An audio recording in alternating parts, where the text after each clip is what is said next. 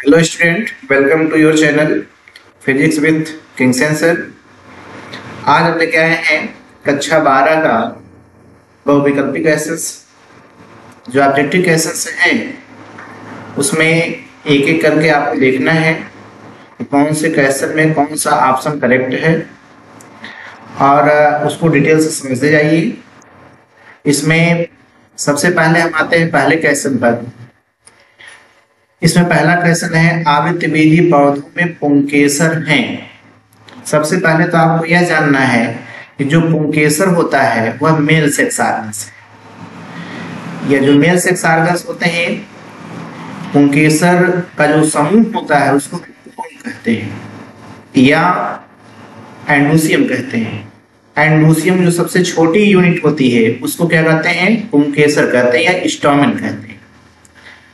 अब इसमें आप देख रहे हैं जो पहला ऑप्शन दिया गया है मादा जननी, ये आपका गलत है। अब आप दूसरे ऑप्शन पे आते हैं नर जननांग है। अभी आपको बताया गया पुंकेसर नर जननांग के अंतर आता है। इसके ग्रुप को एंडोसियम कहते हैं, पुमंग कहते हैं या एंडोसियम सबसे छोटी यूनिट होती है वह स्टोमेन। इस प्रकार से आपका दूसरा क्वेश्चन दूसरा ऑप्शन आपका करेक्ट है। और तीसरे में फर्स्ट और सेकंड दोनों है, यह भी आपका गलत है। इनमें से कोई नहीं, यह भी गलत है। तो इस प्रकार से पहले क्वेश्चन का दूसरा ऑप्शन करेक्ट है। अब इसके बाद हम दूसरे टॉपिक पे आते हैं, दूसरे क्वेश्चन पर। इसमें दूसरा क्वेश्चन है प्रभाविता एवं पृथक्करण के नियम का प्रतिपादन किसने किया था? इसमें आप मेंडल के नियम पढ़ चुके हैं। मेंडल के द्वारा 3 नियम प्रस्तुत किए गए हैं, तीनों आपको बताए भी गए हैं। तीनों में पहला आपको बताया था लॉ ऑफ डोमिनेंस के बारे में, जिसको प्रभाविता का नियम कहते हैं। दूसरा आपको बताया था लॉ ऑफ सेग्रीगेशन के बारे में, जिसको law of purity of gamete भी कहते हैं। और तीसरा आपको बताया था लॉ ऑफ इंडिपेंडेंट असॉर्टमेंट। यह 3 नियम मेंडल के द्वारा प्रस्तुत किया गया है। उसमें से यह 2 नियम पूछा गया है। पहला है प्रभाविता का नियम। प्रभाविता में देख रहे हैं यहाँ पे आपका जो ऑप्शन दिया गया प्रभाविकता दिया गया है या प्रभाविता है। और पृथक्करण या दूसरा नियम, इन दोनों नियमों का जो प्रतिपादन करने वाले वैज्ञानिक हैं वह है ग्रेगर जॉन मेंडल। यह 3 नियम प्रस्तुत किए हैं, जिसमें पहला ऑप्शन गलत है, दूसरा ऑप्शन भी गलत है, तीसरा ऑप्शन भी गलत है और लास्ट वाला ऑप्शन चौथा या सही है। तो इस प्रकार से हम अगले क्वेश्चन पे आते हैं। अगला क्वेश्चन आपका है जीनी अभियांत्रिकी की नींव किस एंजाइम की खोज से पड़ी? इसमें आप देख रहे हैं जो जीनी अभियांत्रिकी की नींव जो आप देख रहे हैं अलग अलग दिया गया है, किस एंजाइम की उपस्थिति में पड़ी है, उसमें ये 4 ऑप्शन दिए गए हैं। चारों ऑप्शन में आप एक एक करके देखेंगे। इसमें पहला ऑप्शन है प्रतिबंधन अंतर न्यूक्लियस, जिसको रिस्ट्रिक्शन एंडोन्यूक्लियस कहते हैं। देखते हैं ये ऑप्शन आपका करेक्ट है। और दूसरा ऑप्शन है इसमें आप देख रहे हैं डीएनए लाइगेज है, जो न्यूक्लियोटाइड खंडों को जोड़ने का कार्य करता है, इसका अलग कार्य है। और डीएनए गायरेज होता है, देख रहे हैं यह डीएनए की जो द्विध्रुवीय संरचना होती है उसके कुंडलन में महत्वपूर्ण भूमिका निभाते हैं, यह भी गलत है। डीएनए पॉलीमरेज है, यह डुप्लीकेशन महत्वपूर्ण भूमिका निभाते हैं। तो देखते हैं इसमें पहला ऑप्शन करेक्ट है प्रतिबंधन अंतः न्यूक्लियस, जिसको रिस्ट्रिक्शन एंडोन्यूक्लियस के नाम से जानते हैं। इसी एंजाइम के नाम के आधार पर जीनी अभियांत्रिकी की नींव डाली गई थी। तो इस प्रकार से हम तीसरे ऑप्शन पर आते हैं, चौथे ऑप्शन सॉरी अगले क्वेश्चन पर। पास्की तंत्र में निरंतर आवश्यकता होती है। अब आप देख रहे हैं यह जो अलग आपको बताए जा रहे हैं पास्की तंत्र में निरंतर आवश्यकता होती है, उसमें 4 ऑप्शन दिए गए हैं, जल की, वायु की, ऊर्जा की और इनमें से कोई नहीं। पास्की तंत्र में आप 10% का नियम पढ़े होंगे, जिसमें ऊर्जा का प्रवाह एक कोशीय स्तर से दूसरे कोशीय स्तर में मात्र 10% होता है। इसका जो प्रतिपादन करने वाले वैज्ञानिक हैं उनका नाम था लिंडनमान। उन्होंने इसके बारे में बताया था। वह भी ऊर्जा का जो प्रवाह होता है उसमें गतिकी के प्रथम नियम और द्वितीय नियम के अनुसार होता है। तो ऊर्जा जो होती है किसी भी कोशिका की जैविक क्रिया को चलाने के लिए अति आवश्यक होती है। तो इसमें आपका तीसरा क्वेश्चन करेक्ट है, ऊर्जा की आवश्यकता होती है। मुख्य रूप से यह आपका तीसरा ऑप्शन सही है। बाकी जल की आवश्यकता तो होती है, लेकिन हमेशा जो आवश्यकता होती है वह ऊर्जा की आवश्यकता होती है। इस प्रकार से आपका यह तीनों ऑप्शन गलत होगा और यह आपका तीसरा ऑप्शन सही है। अब इसके बाद हम आते हैं अगले क्वेश्चन पर। अगला क्वेश्चन है, एक पुष्प के परागकणों का दूसरे पुष्प के वर्तिकाग्र तक स्थानांतरण कहलाता है। इसमें आप देख रहे हैं जैसे कोई प्लांट है, प्लांट में जैसे एक प्लांट है, यहाँ पे एक पुष्प लगे हुए हैं, यहाँ देख रहे हैं प्लांट एक ही है, यहाँ पे दूसरा पुष्प लगा हुआ है। अब इसमें आप देख रहे हैं यहाँ क्वेश्चन में दिया गया है कि एक ही पादप के एक पुष्प के परागकणों का दूसरे पुष्प के वर्तिकाग्र। यहाँ पर सपोज कीजिए यह परागकोश है, उसका मेल सेक्स ऑर्गन्स लगे हुए हैं, और यहाँ पर क्या है, यहाँ पर फीमेल सेक्स ऑर्गन के बारे में है। ये देख रहे हैं फीमेल सेक्स ऑर्गन्स है। यहाँ से इसके परागकोश से परागकण निकल करके देखते हैं इसके वर्तिकाग्र पर जो आने की प्रक्रिया होती है इसी को परागण कहते हैं। और इसमें आपको ध्यान क्या देना है कि प्लांट एक ही है, फ्लावर अलग अलग है, और उस फ्लावर में एक फ्लावर के परागकोश से परागकण निकल करके दूसरे फ्लावर के वर्तिकाग्र पहुंच रहे हैं, तो इसको हम सजातीय परागण कहते हैं। क्या कहते हैं? सजातीय पुष्पीय या सजात पुष्पीय परागण कहते हैं। और बाकी जो पर निषेचन की प्रक्रिया होती है उसमें प्लांट्स अलग होंगे। इसमें आप देख रहे हैं एक प्लांट यहाँ पर है और दूसरा प्लांट का पुष्प यहाँ पर है। इसमें आप सपोज कीजिए कि कोई भी फीमेल सेक्स ऑर्गन से है, देखते हैं इस फीमेल सेक्स ऑर्गन से जो स्टिग्मा स्टाइल ओवरी लगी होती है, देखते हैं यहाँ पर इस परागकोश से परागकण निकल करके इसके वर्तिकाग्र पर जो आने की प्रक्रिया होगी वह परनिषेचन कहलाएगा। और स्वयुग्मन की प्रक्रिया स्वतः एक ही पुष्प के, जैसे इसमें देख रहे हैं यहाँ पर स्टिग्मा स्टाइल और ओवरी है या फीमेल सेक्स ऑर्गन है, इसी परागकोश से परागकण निकल करके इसी वर्तिकाग्र पहुंचते ही वह स्वयुग्मन। और जो चौथा ऑप्शन दिया गया है यहाँ पे आप देखते हैं अनुन्मीली परागण होता है। ऐसे पुष्प जो होते हैं जो कभी खिलते नहीं, पुष्प के इंटरनल पार्ट में उसके परागण की प्रक्रिया संपन्न होती है, वह अनुन्मीली परागण होता है। इन चारों में से आपका दूसरा ऑप्शन करेक्ट है, बाकी स्वयुग्मन यह गलत है और परनिषेचन गलत है और अनुन्मीली गलत है। इस प्रकार से आपका दूसरा क्वेश्चन करेक्ट है, दूसरा ऑप्शन करेक्ट है। अब हम आते हैं अगले जो है क्वेश्चन पर। अगला क्वेश्चन है, निम्नलिखित में से कौन अनुकूली विकिरण का उदाहरण नहीं है? अनुकूली विकिरण है, इनमें आपको ध्यान देना है। इसमें अनुकूली विकिरण की जो प्रक्रिया होती है वो डार्विन फ्रेंच में नहीं होती है। इसमें आप देख रहे हैं डार्विन फ्रेंच में नहीं होती है। ऑस्ट्रियाई जो मार्सुपियल होते हैं उसमें भी नहीं होती है। जलीय स्तनी इसमें होती है। जो जल में पाए जाने वाले स्तनी होते हैं, जैसे नील व्हेल मछली होती है, वह मछली नाम लेकिन स्तनी वर्ग के अंदर आती है, उसमें देखते हैं अनुकूली विकिरण की प्रक्रियाएं होती है।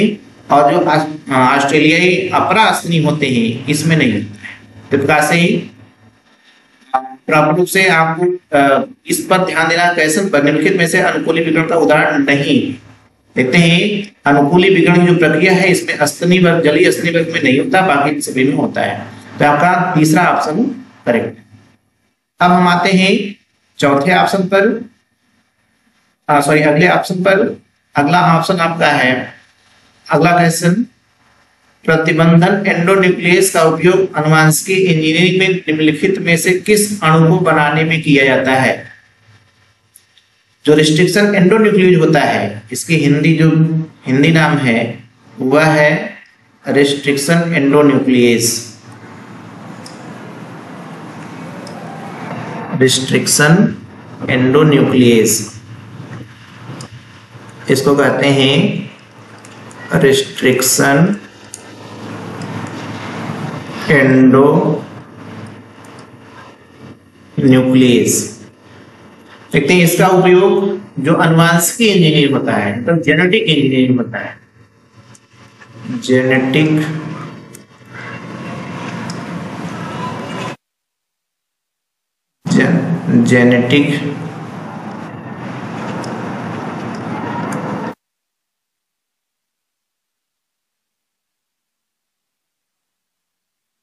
इंजीनियरिंग में किस अणु को बनाने में किया जाता है। इसमें पहला जो ऑप्शन है डीएनए के पुनर्योगन अणु में।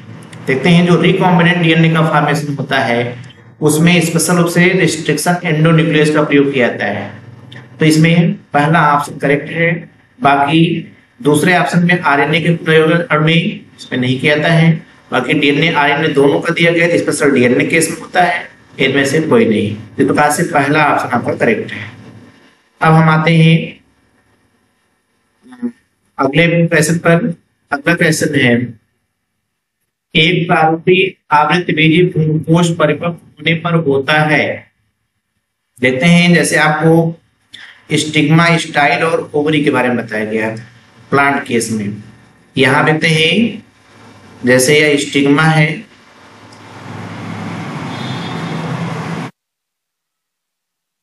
स्टाइल है और ओवरी है। स्टिग्मा, स्टाइल और ओवरी है। देखते हैं इस ओवरी के अंदर बीजांड पाते हैं। इस बीजांड में बीज का निर्माण होता है। अब इस बीजांड में देखते हैं यह भ्रूणकोश उपस्थित होता है। इस भ्रूणकोश में एक अंड कोशिका होती है, इसके बगल बगल तो सहायक कोशिकाएं होती हैं, ऊपर जो है 3 प्रथम कोशिकाएं होती हैं, बीच में 2 ध्रुवीय केंद्रक होते हैं। तो इसमें आप देख रहे हैं यह पूरा भ्रूणकोश है, इसी के बारे में आपको देखना है। तो इसमें आप देख रहे हैं एक अंड कोशिका, 2 सहायक कोशिका, 2 एक 3 कोशिका यहाँ पर हो गई और बाकी 3 प्रतिमुख कोशिकाएं ऊपर हो गई। तो 3 3 6 कोशिका हो गई और एक पूरा सेल का काम करता है 3 3 6 1 7। तो इसमें कोशिका की संख्या या सेल की संख्या कितनी हो गई 7। और बाकी इसमें न्यूक्लियस की जो क्वांटिटी है यह एक जो है एक्स सेल में हो गया, 2 सिनर्जिड सेल में हो गया और 3 ऊपर हो गया, 3 3 6 हो गया। और जो ध्रुवीय केंद्रक होते हैं वो 2 की संख्या होते हैं, 3 3 6 2 8 हो गया। तो सब मिलाकर के न्यूक्लियस की जो क्वांटिटी होती है वो कितनी होती है 8 होती है। तो यह प्रारूपिक आवृत्तबीजी भ्रूणकोश परिपक्व होने पर यह 7 कोशिकीय होता है और 8 केंद्रकीय होता है। अब इस ऑप्शन में चूज कीजिए, देखिए 7 कोशिकीय 8 केंद्रकीय कहां पर है। इसमें पहला ऑप्शन देख रहे हैं 7 न्यूक्लियकृत, मतलब 7 न्यूक्लियस मतलब केंद्रक है, 8 कोशिका है, इसका अपोजिट है, यह आपका गलत है। दूसरा ऑप्शन देखिए 7 न्यूक्लियकृत 7 कोशिकीय, यहाँ देख रहे हैं न्यूक्लियस संख्या 8 है, सेल की संख्या 7 है, तो यह भी आपका गलत है। अगला है 8 न्यूक्लियकृत 7 कोशिकीय, यहाँ पे आपको बताया गया अभी, देख रहे हैं न्यूक्लियस की संख्या कितनी है 8 है, यहाँ पे 8 न्यूक्लियकृत लिखा गया है। और बाकी यहाँ पे गए हैं जो कोशिकाओं की संख्या है वो कितना है 8 है, सॉरी 7 है। यहाँ पे गए हैं कोशिकाओं की संख्या कितना दिया गया है 7 दिया गया है। तो इस प्रकार से 8 केंद्रकीय हो गया 7 कोशिकीय। तो कहने का तात्पर्य यह है आपका यह तीसरा ऑप्शन करेक्ट है। तो इस प्रकार से हम अगले क्वेश्चन पे आते हैं।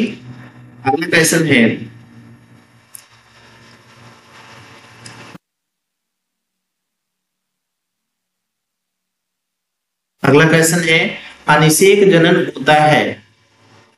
अनिषेक जनन जो प्रक्रिया होती है, यहाँ देखते हैं 4 ऑप्शन दिए गए हैं।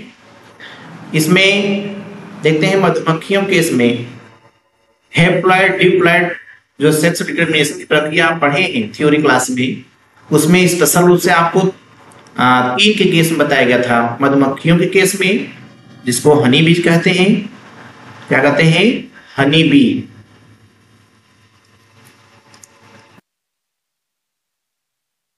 हनी बीज कहते हैं, मधुमक्खी कहते हैं।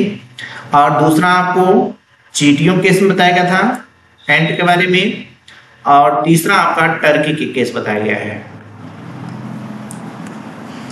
ये देख रहे हैं यहाँ पर दो ऑप्शन आपके मिल रहे हैं, मधुमक्खियों के केस में, यहाँ पे हनी बीज के केस में।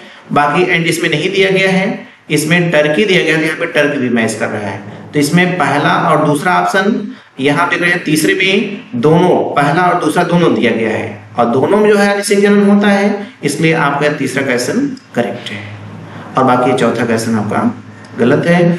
इसमें अगर एक पर टिक लगाते हैं तब भी आपका गलत होगा, इस पर टिक लगाते हैं तब भी आपका गलत होगा। इसमें दोनों में अनिषेक जनन होता है, इसलिए जहाँ पे दोनों का ऑप्शन दिया गया है वही करेक्ट होता है। तो इस प्रकार से हम अब अगले क्वेश्चन पर आते हैं। अगला क्वेश्चन देख लीजिए। अगले क्वेश्चन में क्या पूछ रहा है कि मानव में ए बी ओ रुधिर वर्गों के कितने जीनोटाइप समूह। मानव में देखते हैं जो रुधिर वर्ग ए बी ओ है, इसी के माध्यम से जो चेकरबोर्ड की सहायता से ब्लड ग्रुप को निकाला जाता है, उसमें आप देख रहे हैं ये तीनों की कंडीशन में 3 2 6 की जो कंडीशन होती है उसमें 6 जीनोटाइप समूह होते हैं। अब इस ऑप्शन में देखिए 6 जीनोटाइप कहाँ दिया गया, पहले में 2 दिया गया है, यह गलत है। दूसरे में 4 दिया गया है, यह भी गलत है। तीसरे में 6 दिया गया है, यह आपका करेक्ट है। और चौथे में 8वां दिया गया है, यह भी गलत है। इस प्रकार से मानव में ए बी और रुधिर वर्ग के जो जीनोटाइप समूह है उनकी क्वांटिटी कितनी है, 6। ये आपका तीसरा ऑप्शन करेक्ट है। इस प्रकार से अब हम आते हैं अगले क्वेश्चन पर। अगला क्वेश्चन आपका है बीटी जीव विष किस जीवाणु द्वारा होता है। बीटी जीव, अब इसमें बीटी के बारे में आपको इसका फुल फॉर्म बताया गया था, बैसिलस थोरिंजियंसिस।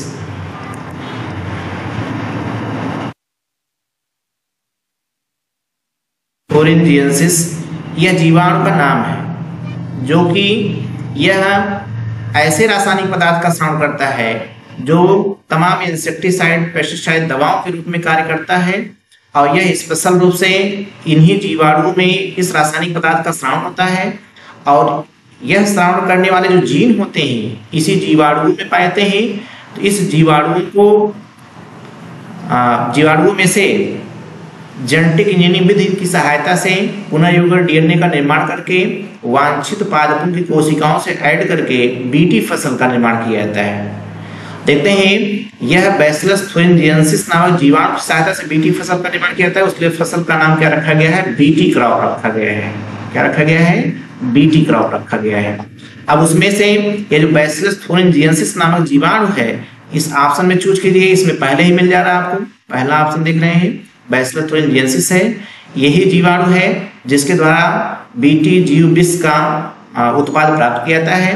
बाकी जो बैसिलस वल्गैरिस है, यह देखते हैं भोज्य पदार्थों को सड़ाने या कार्बनिक पदार्थों को, डेड बॉडी को सड़ाने में महत्वपूर्ण भूमिका निभाते हैं। बैसिलस मेगाथेरियम जो होता है, यह भी देखते हैं फर्मेंटेशन में इनकी महत्वपूर्ण भूमिकाएं होती हैं। बैसिलस सबटिलिस होता है, यह भी आप देख रहे हैं अलग फील्ड में इनका जो कार्य होता है। तो ये आपका पहला ऑप्शन करेक्ट है। अब हम इसी प्रकार से आते हैं अगले क्वेश्चन पर। आपका अगला क्वेश्चन है ऐसी पारस्परिक क्रिया जिसमें एक जाति को लाभ होता है और दूसरी को न तो लाभ होता है न तो हानि होता है, उसे कहते हैं। जैसे आप देखते हैं कोई भी दो ऐसे जीवधारी एक दूसरे के साथ इस प्रकार अपना जीवन व्यतीत करते हैं जिसमें किसी जाति को हानि न हो। और इसमें ऑप्शन आपको ये शर्त देखनी है कि एक जाति को लाभ होता है लेकिन दूसरी जाति को न तो लाभ हो न तो हानि हो। तो इसमें आप देख रहे हैं जो 4 ऑप्शन दिए गए हैं, इसमें जो सहभोजिता होता है, इसमें जो सहभोजिता होता है, इसमें आप देख रहे हैं 2 ऐसे जीवधारी आते हैं इसके अंतर्गत जो एक दूसरे के साथ साथ जीवन व्यतीत करते हैं। उसमें दोनों जीवधारियों में एक जाति को लाभ होता है लेकिन दूसरे को न तो लाभ होता है न तो हानि होती है। और इसमें जो अंतर जातीय परजीविता होती है, इसमें आप देख रहे हैं इसमें एक को लाभ होगा और दूसरे को हानि होगा। तो यहाँ देख रहे हैं जहाँ पे लाभ अलग जीव को हो रहा है और हानि दूसरे जीव को हो रहा है, तो यहाँ पे अंतर जातीय परजीविता होगा, इसलिए गलत है। और सहोपकारिता जो होती है, इसमें आप देख रहे हैं दोनों जीवधारियों को जो लाभ होता है। यहाँ पे शर्त आपको देखनी है, एक जाति को लाभ हो रहा है और दूसरे को न लाभ हो रहा है और न हानि हो रहा है, और जहां पर इसको भी लाभ हो और इसको भी लाभ हो तो वह क्या कहलाता है, सहोपकारिता कहलाता है। और लास्ट वाला देख लीजिए, स्पर्धा होता है, इसको कंपटीशन कहते हैं। कंपटीशन जनरली आप जानते भी होंगे। इसमें आप देख रहे हैं दोनों जीवधारी जब किसी भी उत्पाद को प्राप्त करने के लिए एक दूसरे से कंपटीशन करते हैं, मतलब लगे रहते हैं उसको पाने के लिए, तो उसमें जैसे कोई एक ही जो है लाभदायक वस्तु हो, उसको पाने के लिए दो लोग जो है उस पर तत्पर हों, तो देखते हैं उसमें जो कंपटीशन करेगा उसको प्राप्त कर लेगा। तो एक को तो मिल रहा है लेकिन दूसरे को नहीं मिल रहा, दूसरे को हानि होगा। तो यह ऑप्शन इससे टैली नहीं कर रहा है, यह शर्त इससे टैली नहीं कर रहा है, इसलिए आपका यह क्या है, गलत है। तो सहोपकारिता भी नहीं हो सकता है, स्पर्धा भी नहीं होता, परजीविता नहीं हो सकता है, बल्कि ये दूसरा ऑप्शन सहभोजिता होता है। इसमें एक जीवधारी को लाभ हो रहा है, दूसरे को ना तो लाभ हो रहा है ना तो हानि हो रहा है। इस प्रकार से यह आपका क्वेश्चन दूसरा ऑप्शन सही है। अब इसके बाद हम आते हैं अगले क्वेश्चन पर। अगला क्वेश्चन है, एक प्रारूपिक आवृत्त बीजी परागकोश में लघु बीजाणुधानियों की संख्या होती है। इसमें आपका थ्योरी क्लास में पढ़े होंगे परागकोश के बारे में। यह मेन सेक्स ऑर्गन होता है। इसमें आप देख रहे हैं यहां पर इस क्रम में ऐसे परागकोश बेसिक कंडीशन में लगे हुए रहते हैं, और यहां पर देखते हैं दो की कंडीशन होती है। जैसे यह है, यहां से बीच में सेप्टम होता है। देखते हैं जब हम इसका ट्रांसफर सेक्शन काटते हैं इस तरह से, तो देखते हैं इसमें पालियों की संख्या एक यहां दिख रही है, एक यहां दिख रही है, लेकिन यह फ्रंट वाला पोर्शन दिख रहा है, बैक वाला पोर्शन यहां से दिखाई नहीं देगा। इसलिए इसमें लघु बीजाणुधानियों की जो संख्या होगी, यह एक यहां पर हो गया, दूसरा यहां पर हो गया, तीसरा यहां पर हो गया और चौथा यहां हो गया।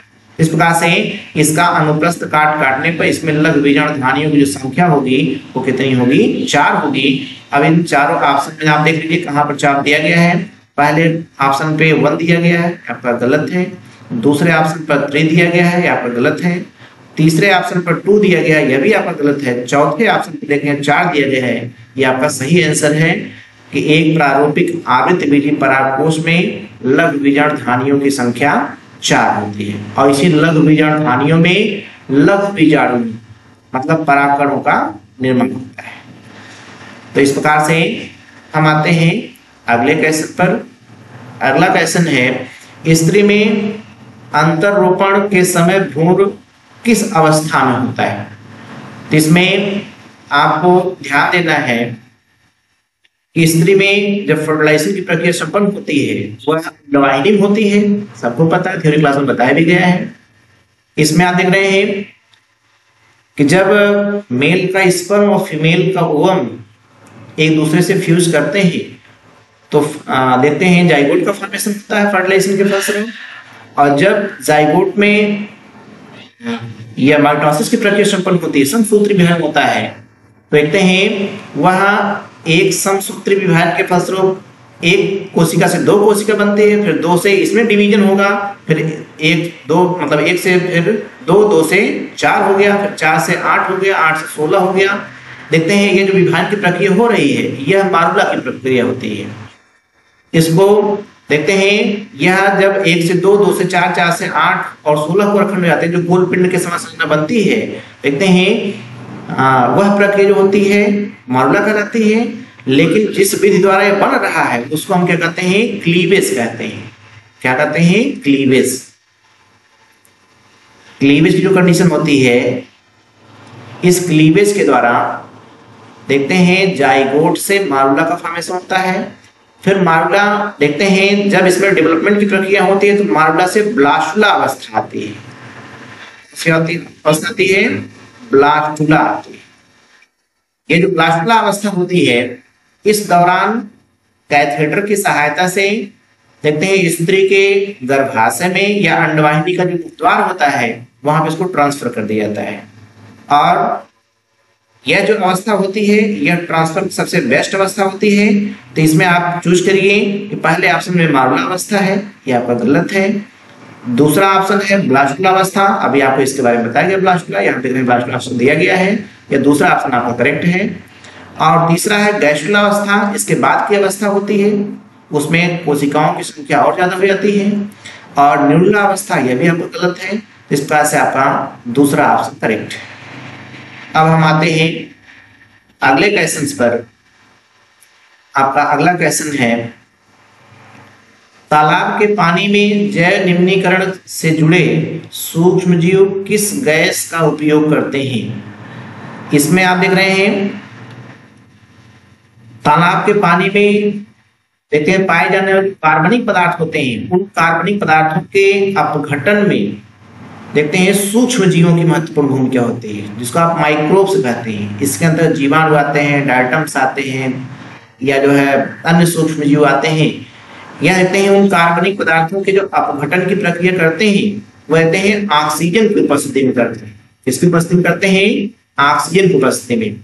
और जब उसके ऑक्सीडेशन की प्रक्रिया होती है, ऑक्सीकृत करते हैं, तब उसमें एनर्जी का जो फॉर्मेशन होता है, उसी एनर्जी को लेकर के जो माइक्रोब्स होते हैं, सूक्ष्म जीव होते हैं, क्या होते हैं? माइक्रोब्स होते हैं। यह जो है अपना जीवन चक्र उस एनर्जी को लेकर चलाते रहते हैं। तो कहने का तात्पर्य यह है कि यह जो सूक्ष्म जीव है वह जैव निम्नीकरण में किसकी आवश्यकता होती है?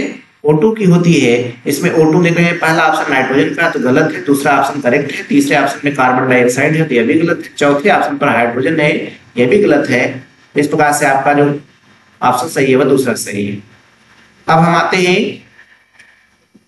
अगले क्वेश्चन पर। अगला क्वेश्चन है, कौन एंजाइम डीएनए खंडों को जोड़ने का काम करता है? इसमें आप एंजाइम के बारे में पढ़ना है जो डीएनए खंडों को जोड़ने का काम करते हैं। इसमें कई एंजाइम्स आपको बताए गए हैं, उसमें स्पेशल रूप से लाइगेज नामक एंजाइम होता है। कौन सा होता है? लाइगेज नामक। यह डीएनए खंडों को एक दूसरे से देखते हैं ऐसे चेन के समान यह जोड़ने का कार्य करता है।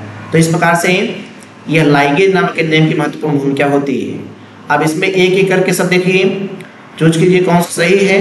पहला ऑप्शन देख रहे हैं एंडोन्यूक्लियस दिया गया है। जो एंडोन्यूक्लियस होता है वह भी आपको बताया गया डीएनए खंडों को तोड़ने का काम करता है, तो इसलिए यहाँ पे जोड़ने का काम है। शर्त आपका यह है, तो यह एंडोन्यूक्लियस गलत है। दूसरा है लाइगेज है। यहाँ देख रहे हैं जो लाइगेज नामक एंजाइम होता है यही जो है डीएनए खंडों को जोड़ने का काम करता है। और इसी से मिलता जुलता एक एंजाइम और होता है, लाइगेज होता है। देखते हैं लाइगेज नामक जो एंजाइम होता है यह छोटे छोटे खंडों में तोड़ने का काम करता है। एकदम अपोजिट कंडीशन है, लाइगेज और लाइगेज थोड़ा सा डिफरेंस है। इस प्रकार से इन दोनों में अंतर समझते रहिएगा। बाकी जो एक्सोन्यूक्लियस है वह जो फास्फेटाइड होते हैं उनको अलग करने का कार्य करते हैं सिरे पर। जो कार्टिनेज होते हैं वह काइटिन का जो फॉर्मेशन होते हैं उसमें महत्व करवाते हैं। इस प्रकार से देखते हैं यह आपका गलत है, यह भी आपका गलत है। तो ऑप्शन नंबर 2 आपका सही है, जो कि डीएनए खंडों को जोड़ने का काम करती है। अब हम अगले क्वेश्चन पर आते हैं। अगला क्वेश्चन आपका है, भारतीय भ्रूण विज्ञान का पिता कहते हैं। इसमें देख रहे साइंटिस्टों के नाम दिए गए हैं, वह साइंटिस्टों के नाम चूज करने हैं जो इंडियन एम्ब्रियोलॉजिस्ट हैं। वह कौन इसमें से, जिसमें हम लोग सार्ट में किताबों में देखते हैं, सार्ट में दिया रहता है पी माहेश्वरी, प्रोफेसर करके पी माहेश्वरी लिखा रहता है। पी माहेश्वरी लिखा रहता है। पी का जो फुल फॉर्म होता है, पीस होता है पंचानन। यहाँ पे आप अब सेलेक्ट कर लीजिए, डॉक्टर बीरबल साहनी ये नहीं है। दूसरे ऑप्शन पर डॉक्टर हरबिंदु खुराना ये भी नहीं है। प्रोफेसर पंचानन माहेश्वरी, अभी इनके बारे में बताया गया कि इनको पी माहेश्वरी के नाम से किताबों में प्रिंट होते हैं। इनका पूरा नाम है प्रोफेसर पंचानन माहेश्वरी। यही ऑप्शन आपका करेक्ट है, जो इंडियन एम्ब्रियोलॉजिस्ट है, भारतीय भ्रूण विज्ञान के जनक हैं। और सेकंड लास्ट ऑप्शन है वह भी आपका गलत है, सर जगदीश चंद्र बोस। इस प्रकार से हम अगले क्वेश्चन पर आते हैं। अगला क्वेश्चन है, अगले क्वेश्चन पर आते हैं।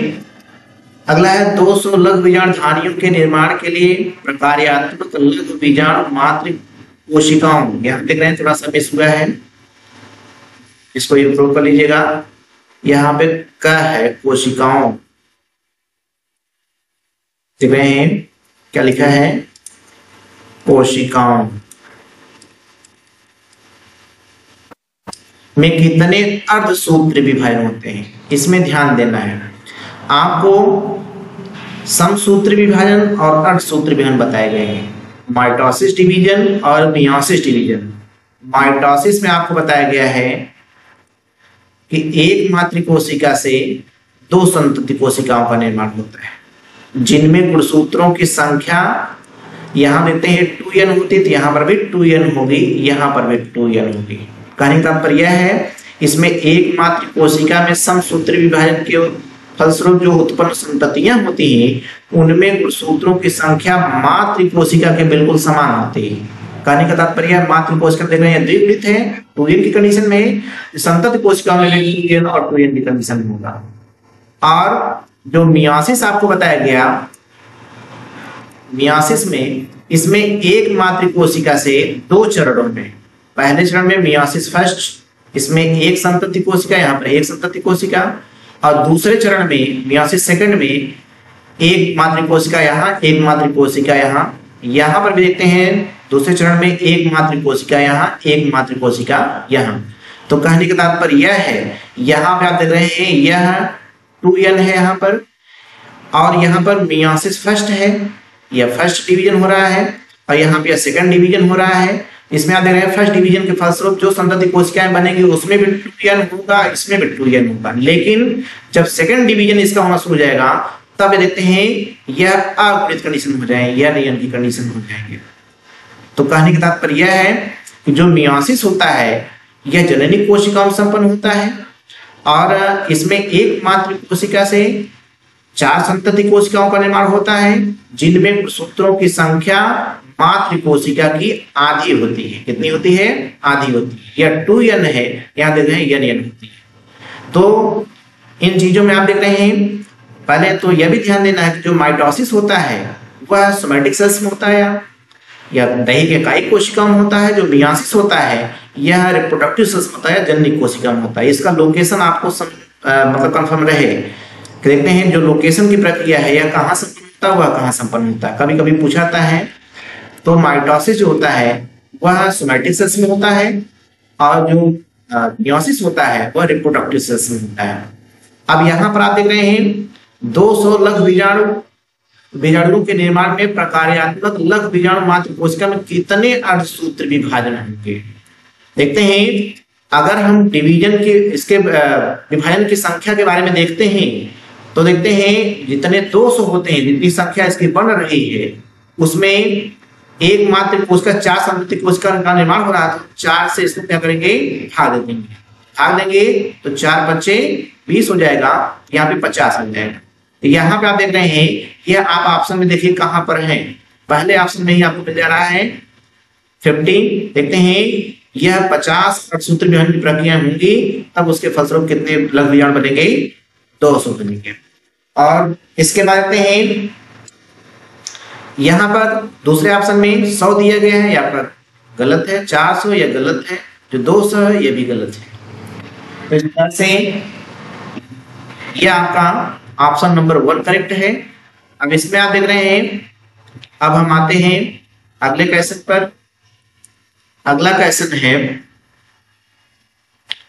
निम्न में से कौन जीवन के अस्तित्व के लिए सबसे बड़ा खतरा है।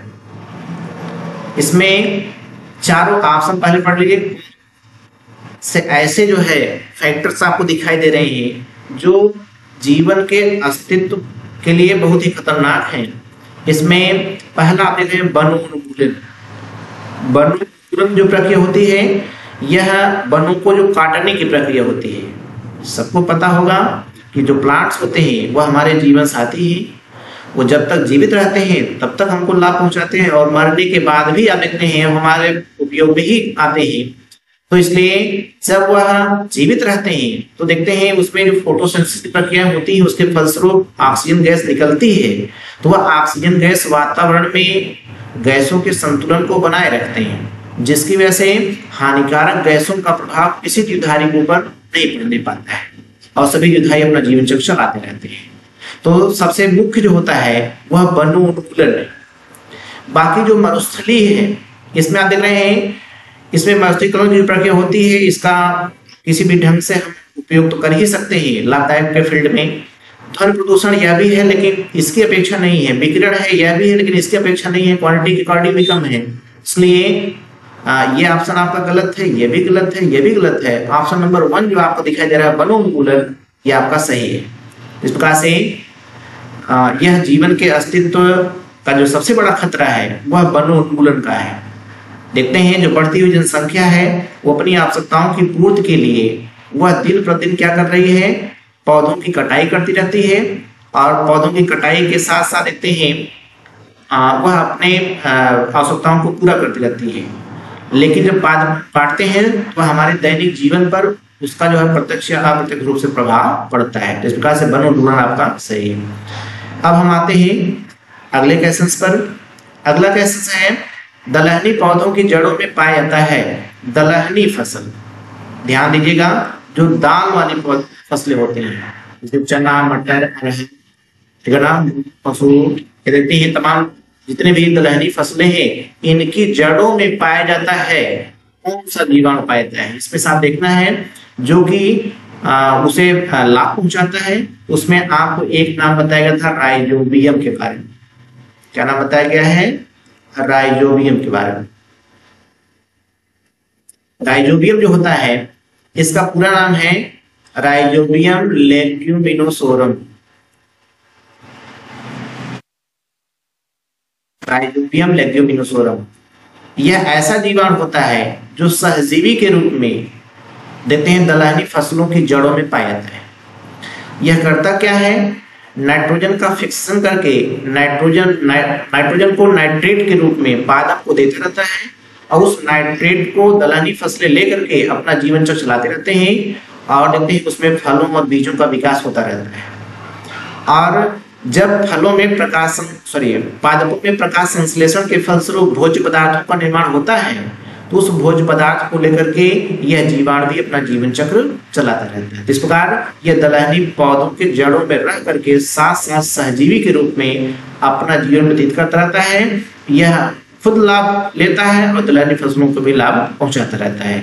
तो यह राइजोबियम लेग्यूमिनोसोरम देख रहे हैं, पहले ऑप्शन पर आपको मिल जा रहा है, यह आपका करेक्ट है।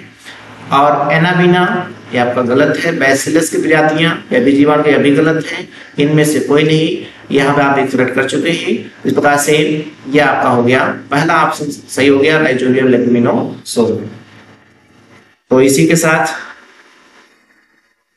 तब तक आप पढ़ते रहिए, मेहनत करते रहिए। मिलते हैं अगली वीडियो में, तब तक all the best, very very best.